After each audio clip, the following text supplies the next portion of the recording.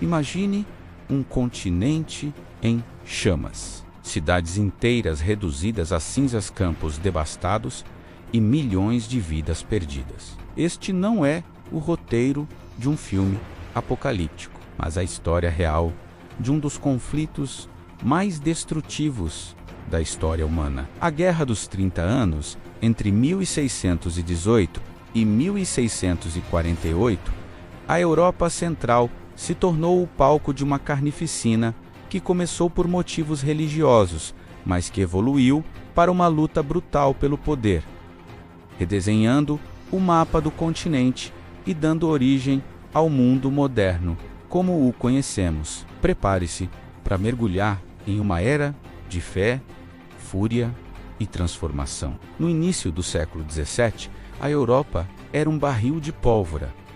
O continente estava profundamente dividido. De um lado, a Reforma Protestante, iniciada por Martinho Lutero um século antes, havia quebrado a unidade religiosa do cristianismo ocidental. Novas fés, como o luteranismo e o calvinismo, ganhavam força, especialmente no norte da Europa. Do outro lado, a Igreja Católica respondia com a Contra-Reforma, um movimento vigoroso para reafirmar sua doutrina e recuperar os fiéis perdidos, muitas vezes com o apoio de poderosas monarquias, como a da Espanha e a da Áustria. No centro desse turbilhão estava o Sacro Império Romano Germânico, um mosaico complexo de mais de 300 estados, principados e cidades semi-independent. O imperador da Casa dos Habsburgo era católico, mas muitos de seus príncipes eram protestantes. Essa tensão constante criava um equilíbrio extremamente frágil, onde qualquer faísca poderia incendiar todo o continente. E essa faísca veio em 23 de maio de 1618, em Praga, capital do Reino da Boêmia, hoje parte da República Tcheca. A nobreza local, majoritariamente protestante, estava furiosa com as violações de suas liberdades religiosas pelo novo rei, Fernando, um católico fervoroso da dinastia dos Habsburgo. Em um ato de desafio dramático, um grupo de nobres invadiu o castelo de Praga e, após uma discussão acalorada, atirou 2 governadores imperiais e seu secretário pela janela. Esse evento, conhecido como a Defenestração de Praga, foi o estopim. Os homens sobreviveram à queda, um fato que os católicos celebraram como um milagre divino, e os protestantes, de forma mais pragmática, atribuíram a pilha de esterco que amorteceu a queda. Milagre ou não, o ato estava feito. A rebelião havia começado. A revolta na Boêmia deu início à primeira fase da guerra. Os nobres boêmios depuseram Fernando e ofereceram a coroa a Frederico V, um príncipe calvinista alemão. Parecia o início de uma revolução protestante bem-sucedida. No entanto, a resposta imperial foi rápida e esmagadora. Em 1620, na Batalha da Montanha Branca, perto de Praga, o exército católico, liderado pelo conde de Tilly, aniquilou as forças rebeldes em pouco mais de 1 hora. A derrota foi catastrófica para os protestantes. Frederico fugiu, ganhando o apelido de Rei de Inverno, por seu reinado curto. A Boêmia foi brutalmente subjugada, suas liberdades religiosas revogadas e suas terras entregues a nobres católicos leais ao imperador. O que começou como uma revolta local parecia ter sido contido, mas era apenas o começo. A vitória esmagadora dos Habsburgo alarmou outras nações protestantes. A Dinamarca, temendo o avanço católico em direção ao Báltico, decidiu intervir em 1625, com apoio financeiro da Inglaterra e da Holanda. O rei dinamarquês, Cristiano IV, liderou seu exército para dentro do Sacro Império, dando início à fase dinamarquesa da guerra. No entanto, ele subestimou a força imperial, especialmente a de um novo e formidável comandante, Albrecht von Wallenstein. Wallenstein era um gênio militar e um mercenário implacável que montou um exército gigantesco, que se sustentava saqueando os territórios por onde passava. As forças dinamarquesas foram repetidamente derrotadas, e em 1629 a Dinamarca foi forçada a assinar a paz e se retirar do conflito. O poder católico parecia imparável. Foi então que um novo protagonista surgiu no norte: Gustavo Adolfo, o rei da Suécia. Conhecido como o Leão do Norte, ele era um líder carismático e um inovador militar brilhante. Em 1630, com um generoso financiamento da França, que, embora católica, temia o poder excessivo dos Habsburgo, o exército sueco desembarcou na Alemanha. A intervenção sueca mudou o curso da guerra. Com suas táticas revolucionárias, como o uso de artilharia leve e mosquetes mais eficientes, os suecos obtiveram vitórias impressionantes, reacendendo a esperança protestante. A guerra, que já era continental, se tornou ainda mais sangrenta. Enquanto exércitos marchavam e reis batalhavam, a população civil pagava o preço mais alto. A Guerra dos 30 Anos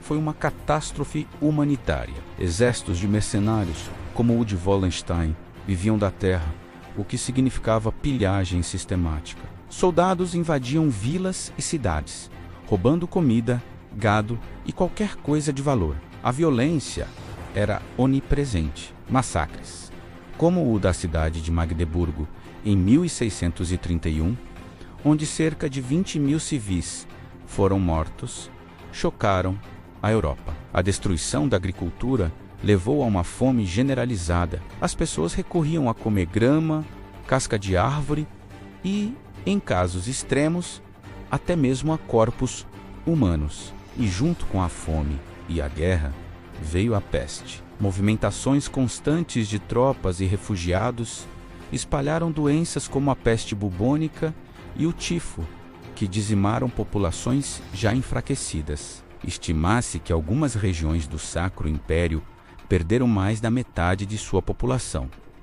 O colapso social foi total. A vida humana perdeu seu valor e a Europa Central mergulhou em uma era de barbárie. A essa altura, a motivação religiosa da guerra estava cada vez mais em segundo plano. O conflito se tornara uma luta geopolítica pelo domínio da Europa. E a prova final disso veio em 1635, com a entrada oficial da França. O cérebro por trás dessa decisão era o cardeal Richelieu, primeiro-ministro do rei Luís XIII. Richelieu era um cardeal da Igreja Católica, mas seu principal objetivo não era a vitória da fé, e sim a supremacia da França. Ele via com grande preocupação o poder da dinastia dos Habsburgo, que controlava tanto a Espanha quanto o Sacro Império, cercando a França por todos os lados. Para Richelieu, o interesse do Estado,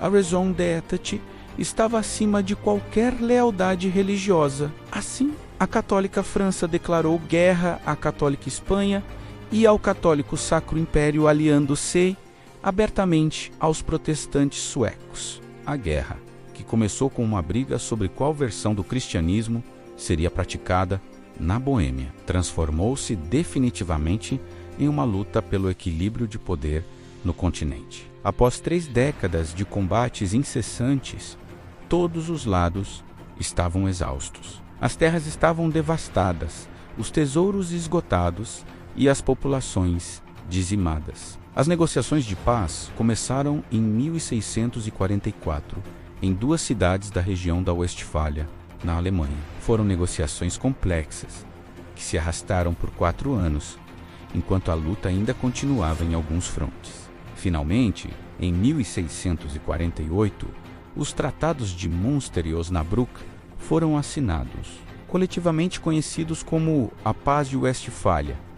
Esses tratados foram revolucionários. Eles não apenas puseram fim à guerra, mas estabeleceram um novo paradigma para as relações internacionais. O princípio mais importante que emergiu foi o da soberania estatal. Cada príncipe teria o direito de determinar a religião de seu próprio estado, e outras nações não poderiam intervir. Era o fim da ideia de uma cristandade universal governada por um imperador e um papa. Em seu lugar, nascia um sistema de Estados-naco, independentes e soberanos, que interagiam como iguais. A Paz de Westfália marcou o nascimento da Europa moderna. As consequências foram profundas e duradouras. O Sacro Império Romano Germânico, embora tenha continuado a existir nominalmente por mais um século e meio, perdeu toda a sua autoridade central e se tornou uma confederação frouxa de estados alemães